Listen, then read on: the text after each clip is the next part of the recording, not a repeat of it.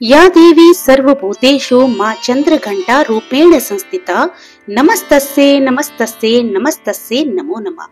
नवरात्रि का तीसरा दिन माँ दुर्गा के चंद्रघंटा स्वरूप को समर्पित है। माँ का ये रूप शांति और वीरता का अद्भुत संगम है। माँ का मुख सौम्य और करुणामयी है, किंतु उनका तेज दुष्टों के लिए प्रचंड और भयावह है। माँ के 10 हाथ हैं, जिसमें त्रिशूल, गदा, तलवार, कमंडल, धनुष बाण और कमल सुशोभित रहते हैं। एक हाथ सदा वर मुद्रा में रहता है, जिससे वह अपने भक्तों को आशीर्वाद देती हैं। उनके मस्तक पर अर्धचंद्र के आकार की स्वर्णिम घंटा झूलती है, जिसकी पवित्र ध्वनि से दुष्ट कांप उठते हैं और भक्त निर्भय हो जाते हैं। उनका वाहन शेर है, जो शक्ति और निर्भीकता का प्रतीक है। हिमालय की पुत्री पार्वती ने भगवान शंकर को पति रूप में पाने के लिए कठोर तपस्या की। उनकी तपस्या से प्रसन्न होकर भगवान शिव ने विवाह के लिए सहमति दी। विवाह का समय आया।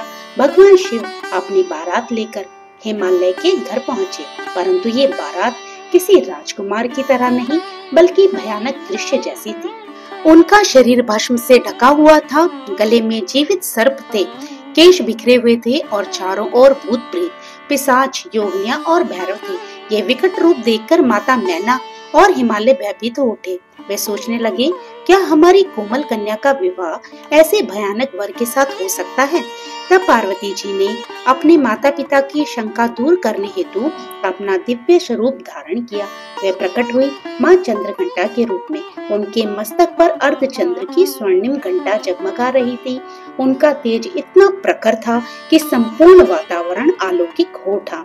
उनकी दिव्यता से भगवान शिव का विकट स्वरूप भी सौम्य और आकर्षक बन गया।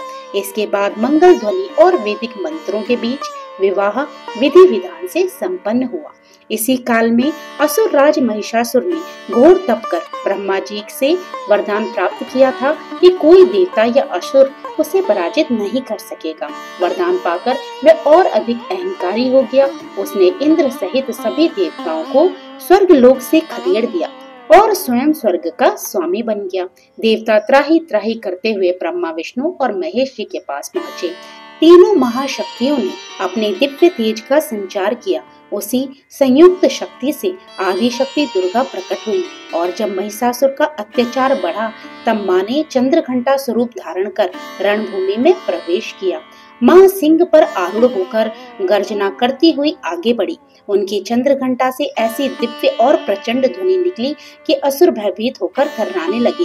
माँ ने अपने 10 हाथों से शस्त्र चलाए, असंख्य दानवों का वध किया। महिषासुर बार बार अपना रूप बदलता, कभी भैंसे का, कभी हाथी, कभी शेर तो कभी मनुष्य, लेकिन देवी के आगे उसका कोई छल काम नहीं आया। अंततः जब महिषासुर भैंसे के रूप में माँ की ओर झपटा, तब देवी चंद्रघंटा ने त्रिशूल से उसकी छाती भेद दी और उसका वध कर डाला। इस प्रकार धर्म की पुनः स्थापना हुई और देवताओं को उनका स्थान प्राप्त हुआ। तो माँ चंद्रघंटा का स्वरूप हमको ये सिखाता है कि भक्तों के लिए माँ करुणामयी और शांति की मूर्ति है, लेकिन अधर्मियों और दुष्टों के लिए वह संहारिणी और उग्र रूप धारण करती है। जो साधक नवरात्रि के तीसरे दिन माँ का स्मरण करता है, उसके जीवन में भय, शोक और विघ्न दूर हो जाते हैं। उसके भीतर साहस, आत्मविश्वास और दिव्य शक्ति का संचार होता है। तो प्रेम से बोलिए जय माँ चंद्रघंटा। तो भक्तों, ये थी माँ चंद्रघंटा की कथा। ये कथा आपको अच्छी लगी हो तो आप इसे लाइक कीजिएगा, और अगर आप मेरे चैनल पे नए हो तो प्लीज मेरे चैनल को सब्सक्राइब करना मत भूलिएगा। तो फिर प्रभु का नाम लेते रहिए और पुण्य के भागी बनते रहिए। जय श्री कृष्ण, राधे राधे।